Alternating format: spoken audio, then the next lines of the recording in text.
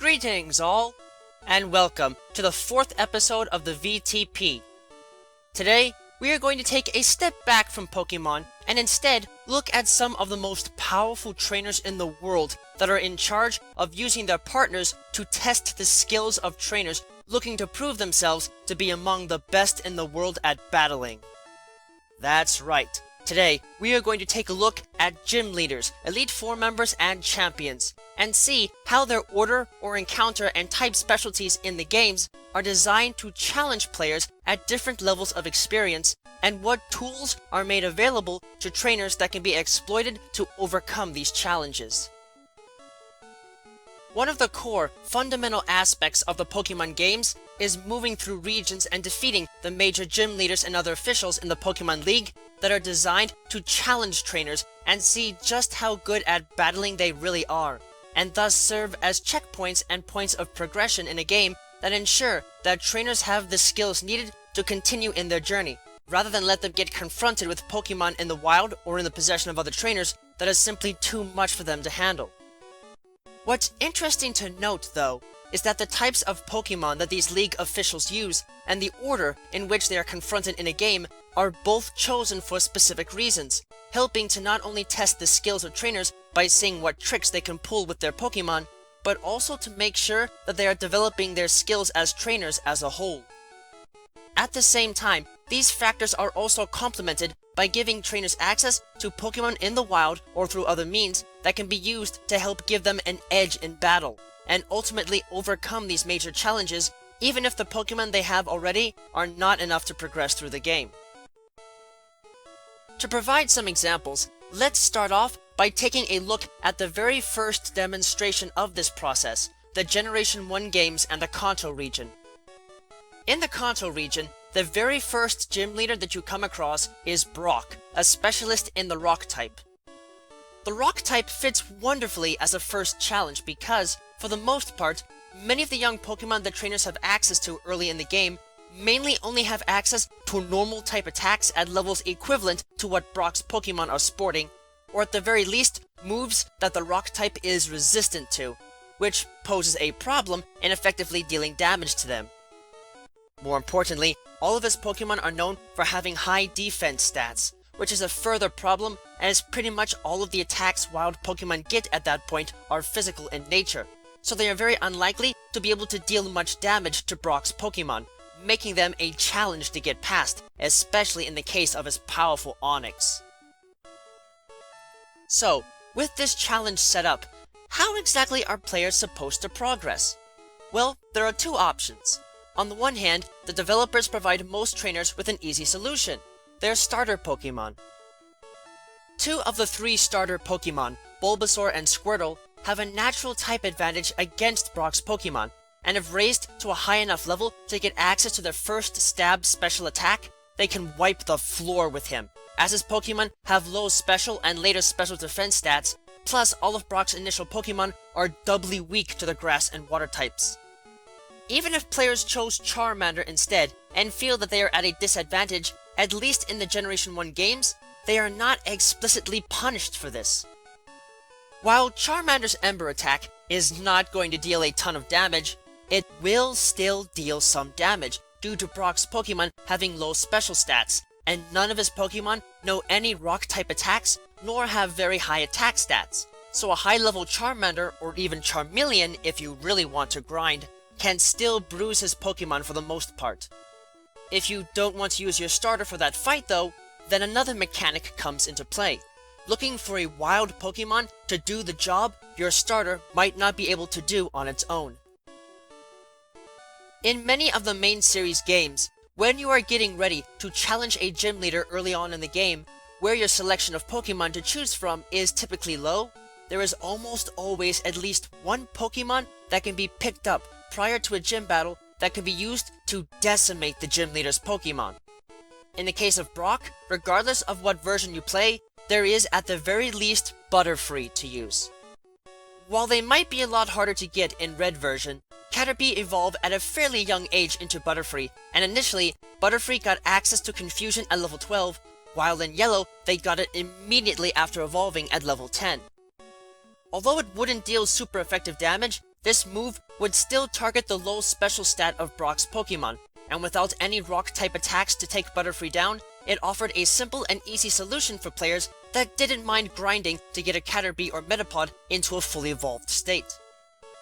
In Yellow version, they made this even easier by providing Mankey with low kick and changing the level that the members of the Nidoran families learn the double kick attack, giving it to them at a much earlier level and thus providing them a super effective attack that could be used to take on Brock's rock types.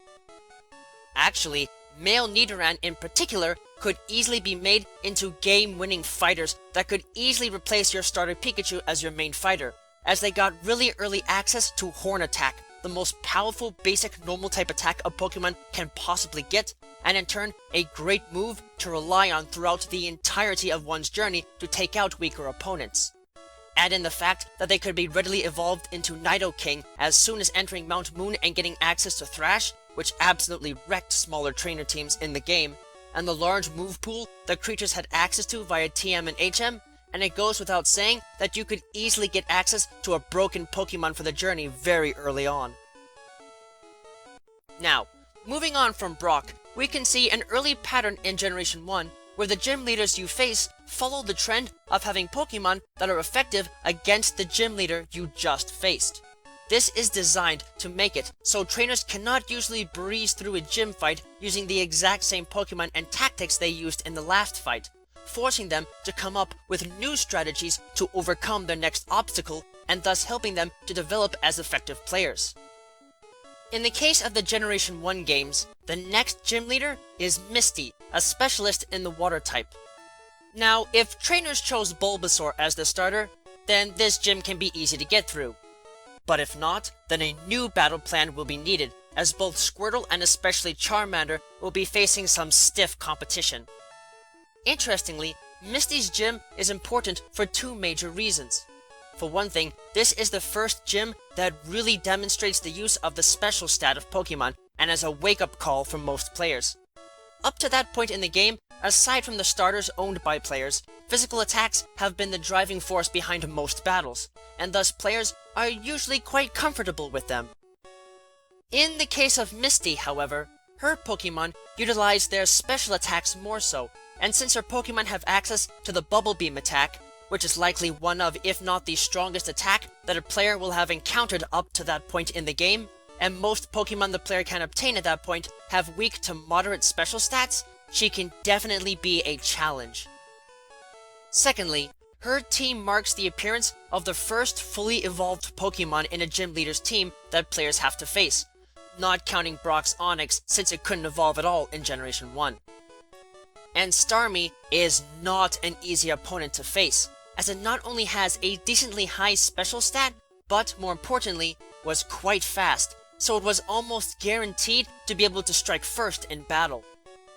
Add in the fact that Misty might choose to use an X-Defend item to buffer its defense stat, and thus make it more resistant against physical strikes, and you can see how this fight can be a serious challenge.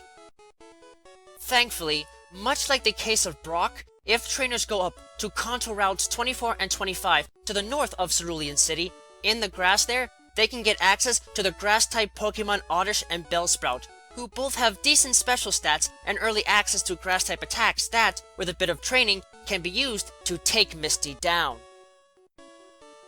Continuing on with this, we see the progression to Lieutenant Surge, who not only possesses more Pokemon to fight compared to the last two gym leaders, who only had 2 Pokemon compared to Lieutenant Surge's 3 to increase the difficulty of the fight, but also helps introduce the possibility of status conditions into battle, being an electric-type specialist with Pokemon that have access to electric-type attacks that can inflict paralysis and in turn cripple the Pokemon of players and keep them from battling effectively.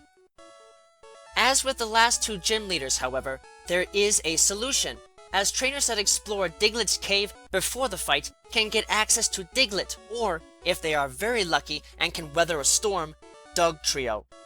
Both of these Pokemon are fast and are ground types, which are naturally immune to electric type attacks, and are thus not only able to deal super effective damage to Lieutenant Surge's Pokemon with their Dig attack, but are completely immune to the best offenses at the disposal of Lieutenant Surge's Pokemon. though his Raichu in yellow can still fight back hard with Mega Punch and Mega Kick attacks. This trend continues onto Erica, a Grass-type specialist, whose new challenge is the fact that she has not one, but two fully evolved Pokemon on her team, not including her Tangela. Thankfully, not only can players get access to Vulpix and or Growlithe before the battle against her, but Celadon City also marks the place where trainers can buy evolutionary stones, and since both Vulpix and Growlithe need stones to evolve, it can provide trainers access to a quick, fully evolved Pokemon and use that to completely torch Erica's Pokemon. At this point, the Generation 1 games split off and provide the player a choice, even though the succeeding challenges both up the ante by providing opponents with 4 Pokemon each instead of 3. On the one hand, you can take the path the game seems to hint that you are supposed to take, and use Cycling Road to get to Fuchsia City and take on Koga, before moving back to Saffron City and not only taking out Team Rocket for good, but also challenging Sabrina. Personally though, I always do the opposite, just because Saffron City's challenges become immediately accessible after you reach the top of the Pokemon Tower in Lavender Town, which can be cleared after defeating Giovanni the first time in the Celadon City Game Corner. The gimmick with Koga, a specialist in the Poison type, is that his Pokemon can easily poison your Pokemon, which can deal steady damage over time. By this point though, trainers will have access to Pokemon in the Abra or Drowsy families, and thus can have a type advantage against him early on, while an Execute or Evolved Executor from the Safari Zone can also do the job. It is here at the halfway point that we see a shift in the pattern and strategies available to trainers in the Generation 1 games, and it is a shift that can be seen at many points in other generations. Throughout at least some parts of one's journey in the games provide help in the form of a Pokemon near the next gym that can be trained and used to wipe the floor with said gym. However, after a while, once trainers have been provided access to a larger suite of Pokemon to choose from, the games do not provide Pokemon that can be outright used to destroy gym leaders in many cases. At that point, the developers figure that you've had training wheels on long enough and have gotten the hang of battling, so they take off the training wheels and expect you to be able to rise to each challenge from that point on and use the resources you already have available, along with some new ones for backup, to progress through the game.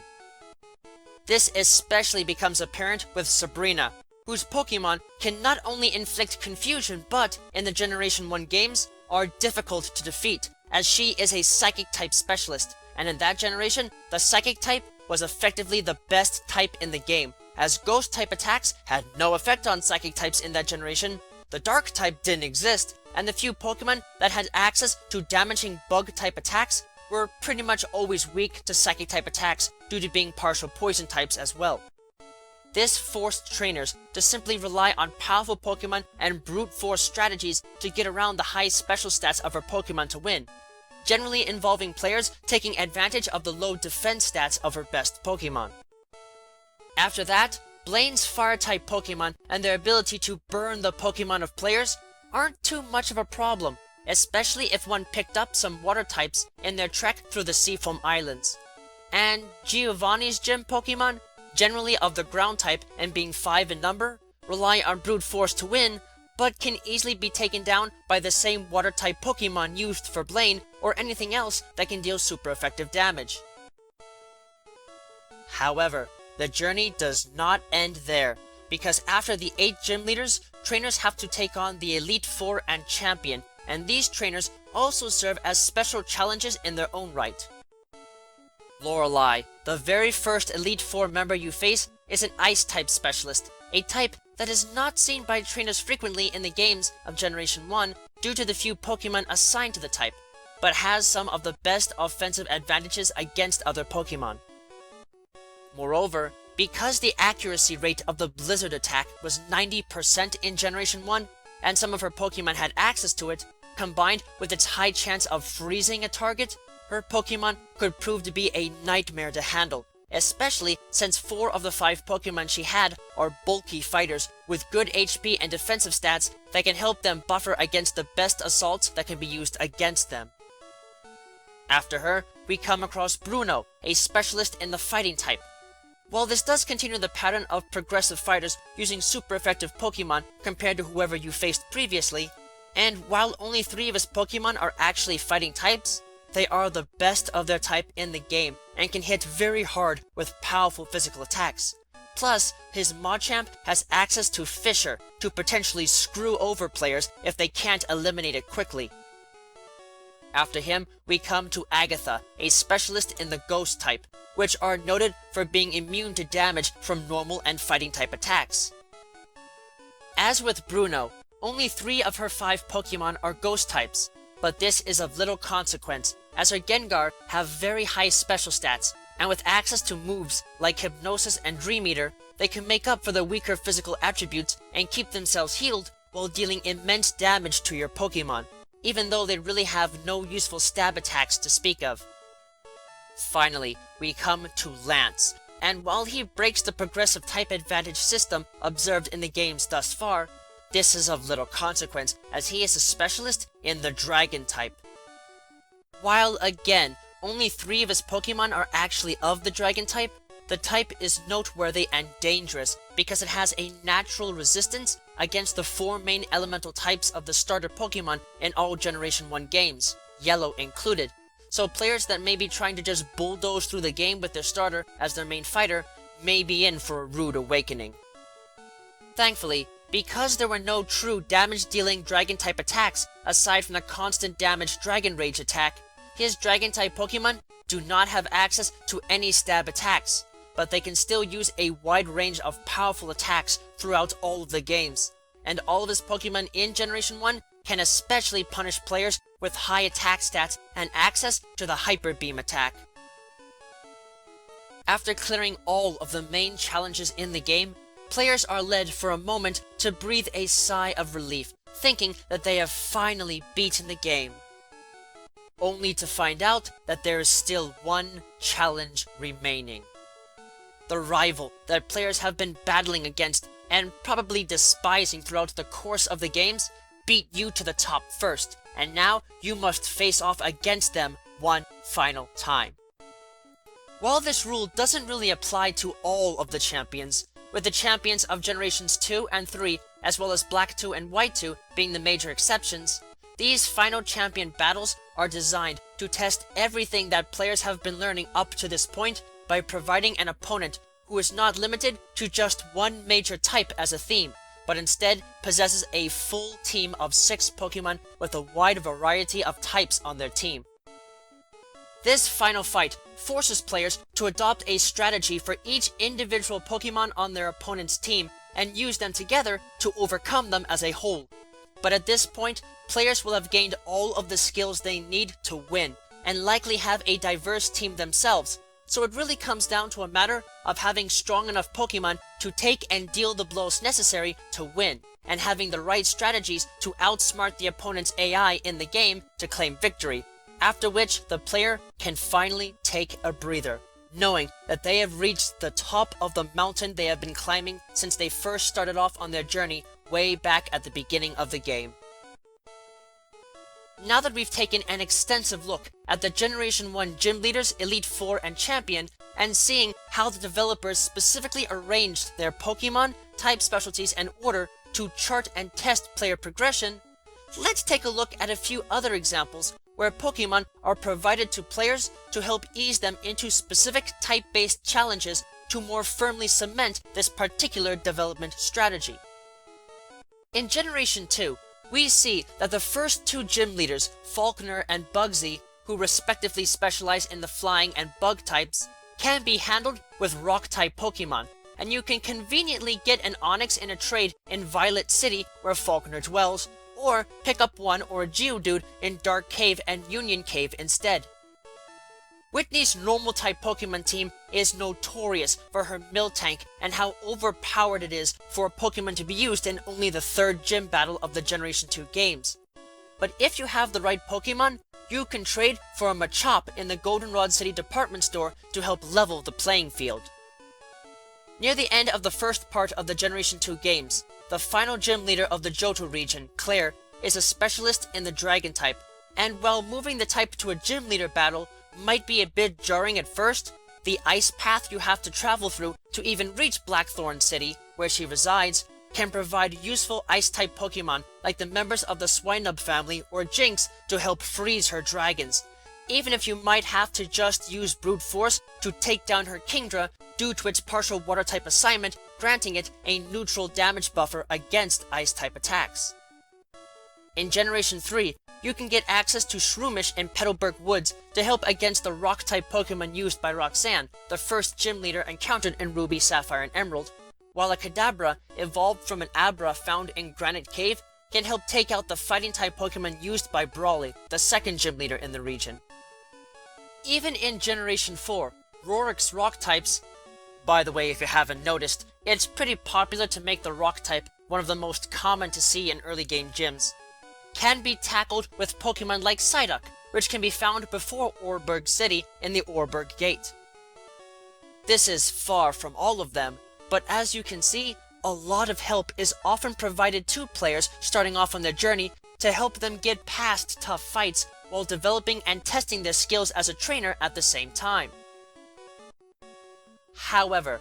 as we close this analysis of Gym Leader, Elite Four, and Champion usage and design, it is important to note something that you might already notice if you simply compare the Gym Leaders in Generation 1, which we looked at most extensively, and the rest of the generations. The patterns observed in regards to the order in which gyms are meant to be fought in, and the use of specific wild Pokemon near a town or city with a gym that can be used to defeat those gyms, do not really follow as strongly or at all in later generations. So, what exactly is going on here? I think there are a number of things in play here that explain this discrepancy. First of all, it has to be noted that the mechanics behind the way that Generation 1 played were much simpler and different from what has been used in latter generations. Back then, battles focused mainly on stats, type advantages, and status conditions as challenge points. But nowadays, more complex strategies, such as utilizing stat-boosting moves in addition to and in combination with exploiting weaknesses and status conditions as part of a challenge, dominate the playing field. As such, this change in focus disrupts the type-based pattern of gym leader progression seen in Generation 1, instead focusing on getting trainers up to speed on more complex battle strategies and counters early on in the games. This can especially be observed in the Generation 2, 3, and 5 games with gym leaders like Whitney, Norman, Lenora, and Charon, who specialize in the normal type, and thus must rely on either brute strength or unique strategies to make up for the fact that their specialty cannot deal any form of super effective damage on its own. Secondly, as a consequence of getting players up to speed on complex strategies at a faster but still reasonable pace, it leaves room for the gym leaders and other league officials to adopt the use of Pokemon types that do not have a specific order to them because the type is no longer the real focus of the fight, and thus their order is not specific to any pattern. It is merely what they wish it to be, thus providing players with an extra layer of challenge designed to spur them into learning how to counter their custom-built strategies and not just their type specialties early on, as just mentioned. Thirdly, and perhaps most importantly of all in the case of the Generation 7 games, the culture surrounding the development and playing of Pokemon games has changed over time. For instance, in Generation 1, there really wasn't a serious metagame to be found, so having these challenges based around basic features of the battle system was okay. Starting in Generation 2, however, all of that changed with the introduction of breeding, where players could breed Pokemon in the hopes of getting one with really good stats and maybe even unique moves as egg moves, thus being more viable for some sort of competitive play. As this playstyle changed for building teams, so did the challenges presented in the main games to support and complement these new features, and we saw an almost immediate and progressively growing break from the patterns established back in Generation 1. This has continued through progressive generations as more moves, Pokemon, and in turn strategies have developed, and Generation 7 saw the biggest break from this form in the elimination of gym leaders altogether instead adopting a new style of challenge progression that's centered around totem Pokemon, which act very much like bosses as individual Pokemon with supporting fighters on the side, the Kahuna battles, which are sort of like gym leader fights, but with different stipulations, and Z-moves, a mechanic introduced in Generation 7. Generation 6 did the same thing on the latter note with the incorporation of Mega Evolution to at least some extent. As this series has gone through its paces and various generations, the way that in-game challenges are built has very much changed as the culture surrounding the games and their development has changed as well. And thus these development strategies serve as a useful window into the evolution of the battle mechanics and treatment of the combat system as a whole, and thus acts as yet another wonderful way in which we can observe the games through the eyes of the developers and see the thought processes that go into developing these games. Well, that's it for this episode. I hope that you enjoyed this presentation, and I advise you to keep an eye out for when we once again take a closer look at the creation and development of the Pokemon games on the next episode of the V.T.P.